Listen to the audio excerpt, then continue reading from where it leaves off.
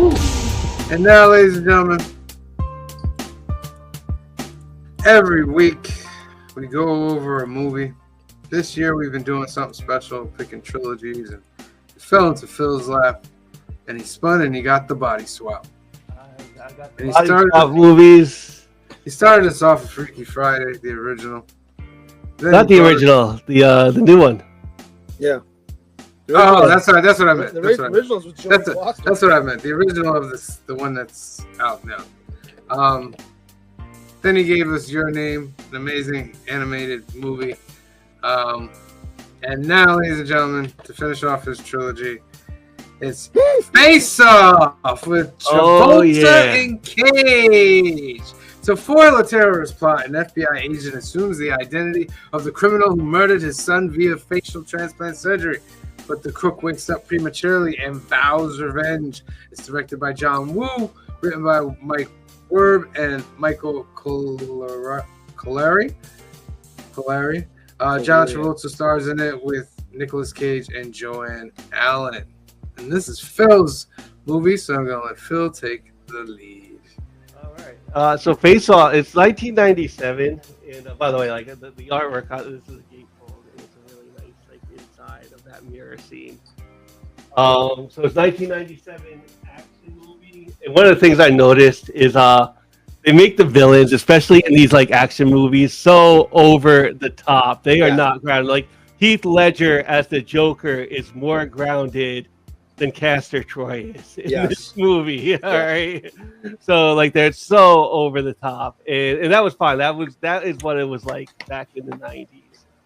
And the other thing I noticed is like you get an idea of like the technology in the of the time period there when they bring out like the zip drive, that 100 megabyte like hard disk, the zip drive. Yes. And that's like you get that then they explain like how the body swap is going.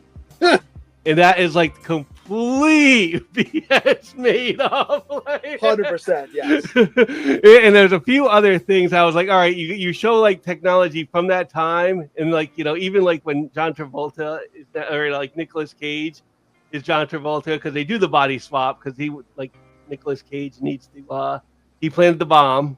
Right. He's like the insane terrorist. He plants the bomb. They have a nice like shootout at the beginning. And this is also like a John Woo movie, so like it reeks of like John Woo, even after that like first shooting when they're like jumping to the side and just blasting. Yes.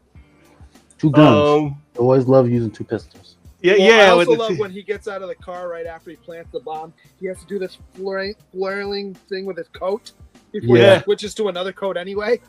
Yeah, like, that's fully John Woo. Yeah, it definitely has that John Woo. Like, if it looks cool, I'm gonna put it in the movie. Yes. Whether it's practical or not, all it has to do is look cool. Yes. And it'll work. It wasn't wrong though. It did look cool. It doesn't make any sense most of the time, but it does. Like I like the part they were making the ear. And we got they were making like the fun, but that wasn't even part of like the whole movie. They were just like that was like that might have been the realest thing they showed right there was making the prosthetic. That might have been like a little bit accurate. That's 3D printing before its time. That, right? So this movie falls apart right there because if you can make a prosthetic ear that looks and feels and everything is exactly the same, just make a prosthetic face. Why do you need to cut the other guy's face off?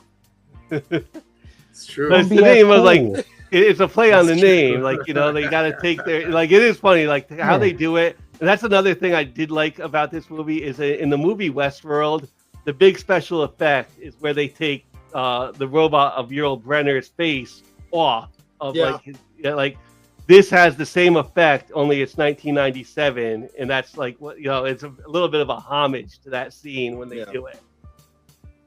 I mean, I'll say this. I remember seeing this in the theater, and maybe because I was much younger at the time, you're going, well, maybe that's possible. Now I'm going, there's no way. This is like, there's no chance that either of your faces are rejected by the other body when you don't have the same blood type. But they even put like a whole mask underneath the skin. Well, I get that, but even still, You know what I mean? but like that would make it protrude, wouldn't it? Like you would think. I also am trying to figure out how you go through major reconstructive surgery, not on your face, but over multiple parts of your body, and you're good within less than 24 hours. No swelling, no nothing. Yeah. You don't have to take drugs throughout the movie to make sure that you don't, Yeah. fine. Yeah, to get to the location of the bomb, like Nicolas Cage's character ends up in the coma. They're not going to get it out of him. They're not going to get it out of Nicolas Cage's brother. So they have the idea, like Nicolas Cage's brother is in prison.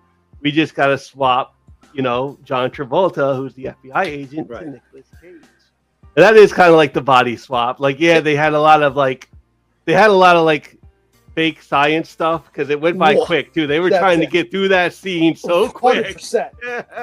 Like they knew, like this part of it is going to be like BS. Let's just get to there and get back to it looks cool. Put it in the movie.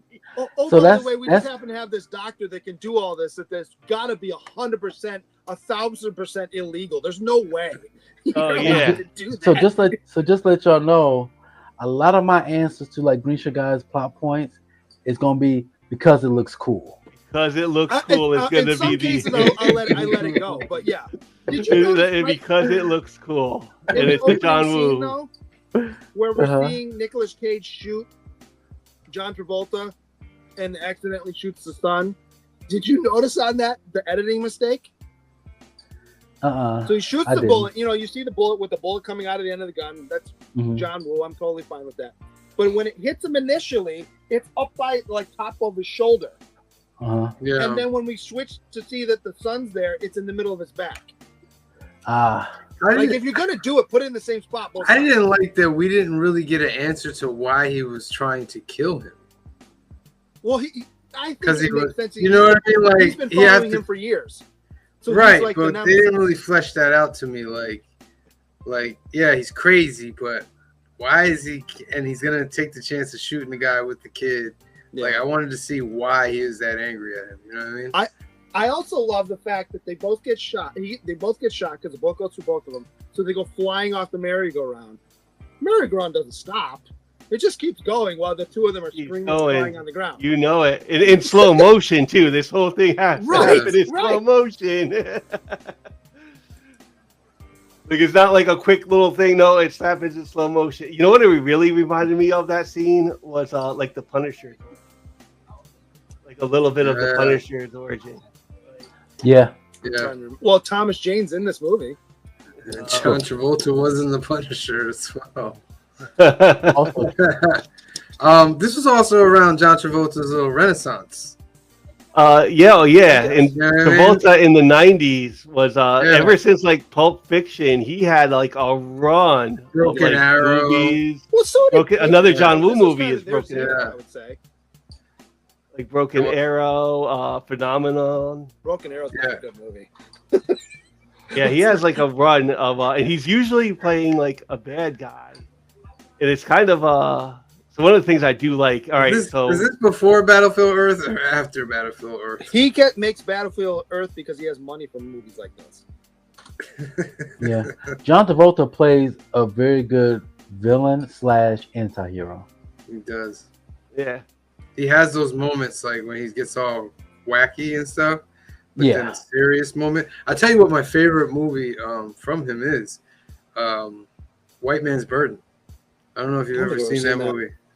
It's an alternate world where white people are in the position where black people are, and black people are in the position where white people are. That's why I haven't heard of it. But it was really, when I watched it, I was like, okay, let's watch this. And I was like, okay. They were hoping that it might help people understand a little bit and stuff like that. But his performance is really, really good in that movie. I think they do a great job of like playing each other and like playing. I will give you that. Like Nicolas Cage does a good job of being like John Travolta, and like I'm John Travolta. Yeah, Travolta's doing like a good job of like I'm Nicolas Cage right now. And that's why I'm okay with this letting this fall into a body swap movie because they do such a good job of playing each other. That But there's a lot of stuff I'm like, okay. The moment he realizes that Castor Troy is in his face, he's in his face, like when that door opens and he sees him, and they tell him like everybody's dead and all that. That had, to me, I was like, You're okay, in a lot of trouble. now I gotta see how this guy gets out of this. You know what I mean? Like, how are you getting out of this? Like, I have a lot of those thoughts. Like, how you gonna get out of it? That was another one of like the crazy like all right, the hidden prison. I will like a prison nobody knows about. Okay, I'm gonna buy that one. That could probably happen. Yes. However, the magnetic boot floor nonsense. Complete nonsense. The magnetic boot floor. I'm just like no, and you know what? There's a reason like there's no guns allowed in prison. Yes. And like in movies have never really followed that. Like how about where he wakes up and he takes the bandages off and you see the little bit of crap on his fingers, whatever, right? And then they go get the doctor, right? Did you notice when the doctor comes in, what is he doing? He's watching the procedure. And doing what? Smoking. Yeah, because you want to smoke when you have a completely open wound on your face. But he's a deranged villain. You know what I mean? Yeah. Tell him, Seabizzle, why? Because it looks cool. It did really look that cool. I would have loved to have seen more, except the reflection of what his face really looked like. Yes. Yeah. They only give you like the reflection of like just like the bloody. Give me like, that gore. Let me see Nicolas Cage talking with that face like that, like a red skull kind of. Yeah, that would have been really well, maybe cool. that's where they save some money on the budget, though. Possible. Now the face does that include the cartilage? Because your nose is cartilage. It's not your bone cuts off right there. Yeah, it probably is the cartilage. Yeah. Who knows? Or either that, or they put something in there. When you saw his reflection, you saw his nose. You know what I mean? Yeah. You saw his nose. Yeah. So I was like, it's just the skin top? I don't know, but it looks cool. But yeah. It looks cool. How about his buddy there when Cage is with the old gang, and you find out that he's had the kid with whatever, right? And but the guy who's giving him all the drugs or whatever saves the kid because I think he thinks it's his. Yeah. Right? Mm-hmm. He clearly gets shot in the neck because you see him doing this. Yeah. Time to tell her, run away. Says something to Cash, pulls his hand away, and then blood shoots it. No. You're bleeding out there. That's a crazy like shoot. And I like how like he's like I want to take his face off. Like, that's the great one. Yeah. Yeah, you find out like gut-wrenching things. He slept with his wife. Yeah. Yeah. You know what I mean? Right. Almost slept with the daughter too. Oh. Also, God. That's cringe-worthy, but yes. When he beats up like the boyfriend, and it's like brings her, it's like if you dress like it's Halloween, ghouls will get you. Yes. Then he gives her like you got protection. And he gives her a butterfly knife. And well, I'm like, oh. I gotta tell you, I learned that if you twist the knife once you put it in, it won't heal. I'm like, oh yeah, that makes sense. So that's always stuck with me after this movie. Yeah. I never stabbed anybody, but if I ever had to, remember that, twist it, and then run.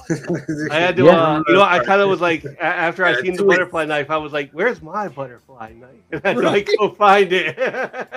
Because by the way, they're illegal where we are. So my thing is, that stuck in my head, and when I got stabbed when I was in school, I made sure to jerk my arm back before he had a chance to twist it. So. Yeah, there's the coat that is but the coat is just flying. Like looks cool as hell for no reason. There's always a reason. The main reason because it looks cool. It looks cool, man. Did you notice during the Mexican standoff where they all start shooting that the black dude got shot like 3 times before he fell down? Yeah. Like really? No, and the like that scene too is like the doves are flying in slow motion. Yes. Like all this stuff is. Well, I was watching with RJ, and I said to him, I said, wait for this. You know, when we get to this scene, I said, there's going to be doves flying. He goes, why? I said, because it's a John Woo movie, and that's really the only reason. Remember in the airplane when the lady, when she like goes to like suck on his tongue? Yes. I was like, I believed her, because then when she was like, FBI freeze, I said, you had to like suck on that dude's tongue and act like you liked it and stuff. I wonder how much money she got paid. Oh, she did. She didn't get paid nothing, see, Bizzle. She didn't get paid anything. she got paid in spades. Did it look cool? I also love when he shoots the pilot, right? When they're trying to take off. He's like, basically, well, fine, I'll do it myself. I'm like, well, why didn't you just do it yourself the whole time? If you can fly this plane, why are you waiting on this pilot? True. Laziness. Yeah. And then, like, how about where Travolta takes the boat? And then I have a couple things with the boat at the end, where they're on the water. When he runs up, it's Travolta, but he's Castor Troy, right? And he shoots the dude. Did you see the way the guy flew out of the boat? Oh yeah, it makes no sense. There's even the boat scenes. There's a few times where I was like, "Yeah, would that have exploded like that?" Well, when he shoots the propane tank on the dock, that whole dock is gone. Yeah, not just the boats, the whole dock, and they're all dead. It wouldn't take it. You need a very small propane tank to blow up a very large area, and those were 3 of them, and they were big. That whole area is obliterated. But it's a movie, whatever. But no, the other big editing mistake, and I remember seeing this movie in the theater going, oh, you did that, huh? So, you know the scene, so but after a couple minutes, they're on the same boat, and they're fighting on the boat. And they finally go towards land, and they hit whatever it is, and they go flying in the air. You can tell it's not them, because you can tell it's stuntmen, because it's in slow motion. There's a couple times in the movie. Yeah. It's flying through the air in slow motion. I'm like, dude. Like, I give you that. Put that in slow motion. That when it did in slow motion, that didn't look cool. No, at all. But like, even still, I'm going. But it was a cool idea, though. It was a cool idea. Looked fun. I just remember seeing it. It looked cool in 1997. Well, I remember seeing this in the theater, and I remember thinking this movie's good until you got to there. I'm like, oh, you kind of like you can tell it's not them. Usually, if it's a stuntman, they're generally the same build, or you never see their face. This one, they're flying through the air. You see both of their faces, and it's in slow mo. I'm like, it's so obviously not them. Especially since the guy playing Cage outweighs him probably about 40 pounds. He's just a big dude. All right. Let's get into the numbers for this movie. We're going to start off with Green Shirt Guy. What are you giving it, Green Shirt Guy? All right, so I did enjoy this movie. I still like it. It has not aged well. I'll say that. No. I remember liking it a lot more when I saw it in the theater years ago. So for that and a couple other reasons. I still love the line, I can eat a peach for hours. I think that's funny, but you know. The part that really took me out of it this time, other than I knew that the slow-mo with the boat I was talking about before was coming. You remember the scene where Nicolas Cage, who's actually the agent, goes back to the house to talk to his wife? And she's freaking out. Oh, because she thinks it's the guy who killed her son and tried to kill her husband. No, I want to talk to you. And he sits down and explains, more or less in about 10 seconds, explains the plot of the movie. Remember that scene? When he's explaining the plot of the movie, you realize how stupid the plot is. He's explaining the whole mission. It's like, this is really, really stupid. So while I enjoyed it, there's some John Woo stuff that I think is fun. It did not age well. I can't get to quite as high as IMDb. I'm going to go 6.5. It's fun, but it's still really stupid stuff. See, Bizzle. Wait, what did you give it, Green Shirt Guy? 6.5. I'm giving it the same one. I enjoyed this movie quite a bit. John Woo made everything look pretty cool. And that's why I gave more leeway than Green Shirt Guy did. But like I said, I still enjoy it. I love the acting skills of Nicolas Cage and John Travolta when they switch. And, it's just all around a great movie.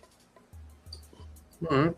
6.5. I am going to give this movie a 7.5 because I was very entertained throughout this movie. There's no dull pause moment. Like it paced very well. I love the John Travolta acting like Nicolas Cage and Nicolas Cage somewhat acting like John Travolta, but more on John Travolta's side. He got to be a little more wackier than Nicolas Cage. But it was just action after action, like after action. This movie had to be mad fun to make. Real fun to make. And as during that time, like we said, is over the top. Everything is over the top around that 96, 97, 98 era. I put this in the same category. It's like this, Con Air. Yeah. Con Air was better to me. What's that? Con Air was probably, but it's still kind of really over the top for no reason. It's very over the top. And if you think about it for too long, you're like, no. So I'm going to give it a 7.5. Phil, you finish it up. I am also going to give it a 7.5. It is around that time where, like, you know, this is like made to eat like popcorn and stuff. Not really like, don't think about what's coming at you too hard, because you'll see right through it. It's but I'll give it 7.5 on the laser disc. It sounds amazing. So that Dolby Digital does work very well if you have that. And 7.5. I was very entertained. It's been a while since I've seen Face Off. It's John Woo. You know what to expect. There's a few explosions that just like happen to happen, and it's a lot of action, but very fun. All right. So that gives us a total of a 7. We are actually below the IMDb. Slightly below, but 7 is not a bad number. Phil, thank you for your wonderful body swap trilogy. Got to see 3 movies that I have never seen or I haven't seen in a while, and I enjoyed it very much. Next up is the green shirt guy. And he's spun and he got Crime for his trilogy. So first movie up is Day. Where are the heroes?